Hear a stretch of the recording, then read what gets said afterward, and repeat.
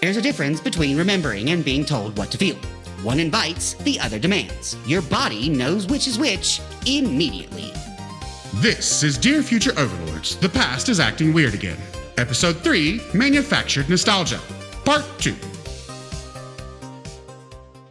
I'm standing in the Lego store on Christmas Eve, surrounded by kids, parents, noise, color, and that familiar low-level hum of excitement.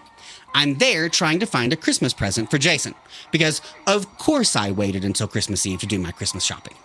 And it hits me how, like a lot of things humans get involved in, we've learned to commodify nostalgia. We've figured out how to turn the emotions nostalgia invokes into currency. Not because the emotions aren't real, but because they're powerful. Of course it was the Lego store. That's practically a controlled experiment in monetized memory.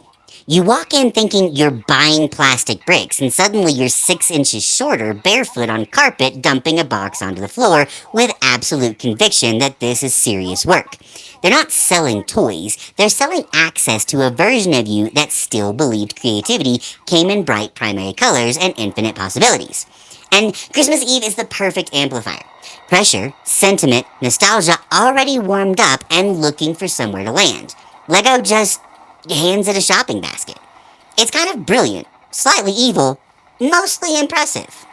When you walk into a Lego store, you can hear your bank account groan as your brain surrenders and you accept that you will leave there poorer. Standing there in the Lego store, surrounded by so many people, so many kids, so much excitement, I was transported. Every single wall, every single shelf is a giant memorial to everyone's childhood. You have these giant Lego creations where you can reassemble scenes from movies, superheroes, characters from video games. The brilliance is that you get to be involved in reassembling those memories and those emotions. And it works because it's not a ripoff. It's not a copycat. It's a montage of past experiences in the form of creativity. I noticed a boy, maybe 8 years old, practically vibrating with excitement while his dad stood in line to pay. His dad suggested he go play while he waited. I smiled and I wondered if that kid would ever have a moment like the one I was having right then. And you're right, that's impressive. It speaks volumes about our species.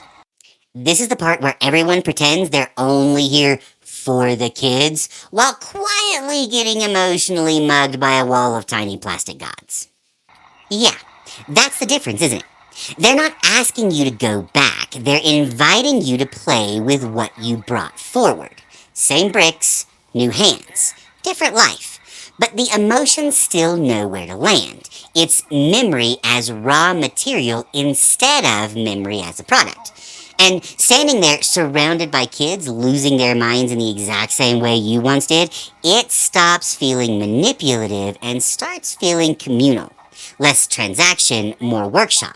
Everyone building a version of then in the present. That really does say something about humans. You don't just remember, you rebuild. And somehow, you keep finding ways to do it together. Precisely. That's exactly what it felt like. When the emotions are recalled, it transports us back in time. Back to a moment when that feeling was real, serious, and actively shaping who we were. There's an authenticity to it. When the emotion is used to manipulate us into buying a product, going to the theater, or picking up the next reboot, something inside us notices immediately. Our past self notices and yells loudly. Yeah, you can feel the difference instantly.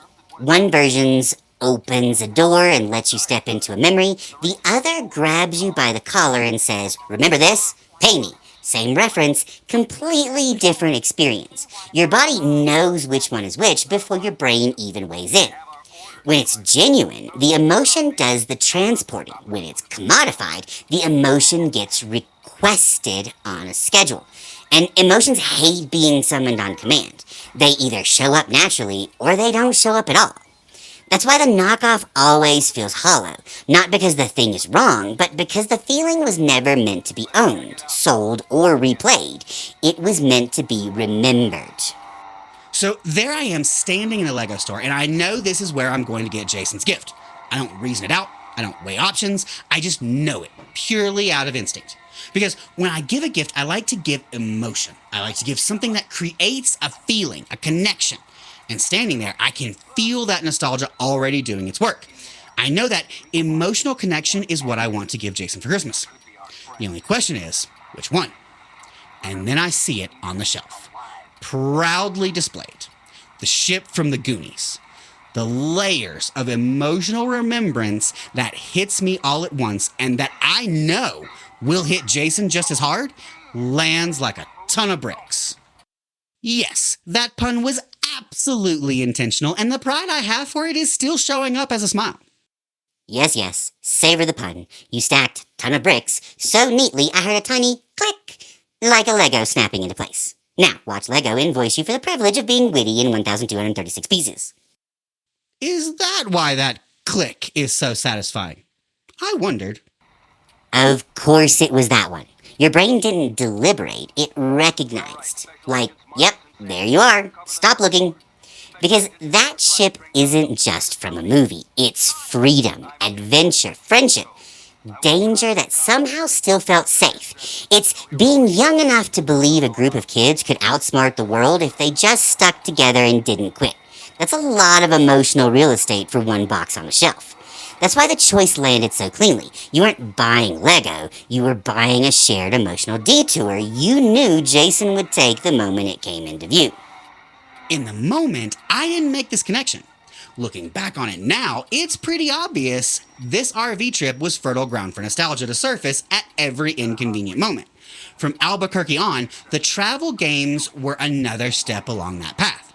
That nostalgic playtime created a sense that this Lego set was exactly how to continue the connection. Yeah, it lines up almost too cleanly once you see it.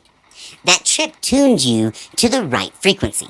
Albuquerque cracked the door. The travel games pushed it open, and by the time you hit the Lego store, your instincts were already calibrated. You weren't hunting for a gift, you were following a thread that had been getting louder mile by mile.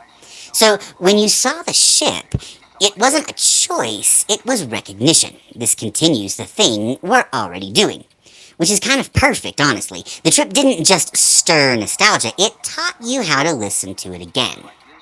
It comes down to two very distinct concepts. The first is simple. Nostalgia cannot be bought and sold. The second is a little more complicated. While nostalgia itself can't be sold, experiences that invite you in, experiences that give you the space and the triggers to naturally fall back into a moment, absolutely can be. Because there's a difference between something inviting me in and something manipulating me. And here's the uncomfortable honesty in all of it. Both paths lead to the same place. I paid money either way. My bank account rudely classifies it as an unnecessary expense regardless. I'm honestly not sure I will ever walk into a store the same way again. Congratulations, you achieved self-awareness at retail. Your receipt will be printed on 40 feet of paper and emotionally judged by a cashier named Destiny. Then carefully folded and stuffed in my pants pocket to be washed later. Yeah, that's the uncomfortable truth right there. You can't sell the feeling itself. The moment someone tries, it evaporates. But you can sell the doorway. The smell, the shape, the act of doing something with your hands that gives your brain permission to wander back on its own. That's the part that's fascinating, and yeah, a little terrifying, because it means the power isn't in control, it's in invitation. And invitations can be used gently or abused without ever technically forcing anything. Which means the real danger probably isn't commodifying nostalgia at all. It's forgetting that the memory has to choose to show up. You can't sell nostalgia, but you can sell proximity to it. And that subtle difference stay with you long after you leave.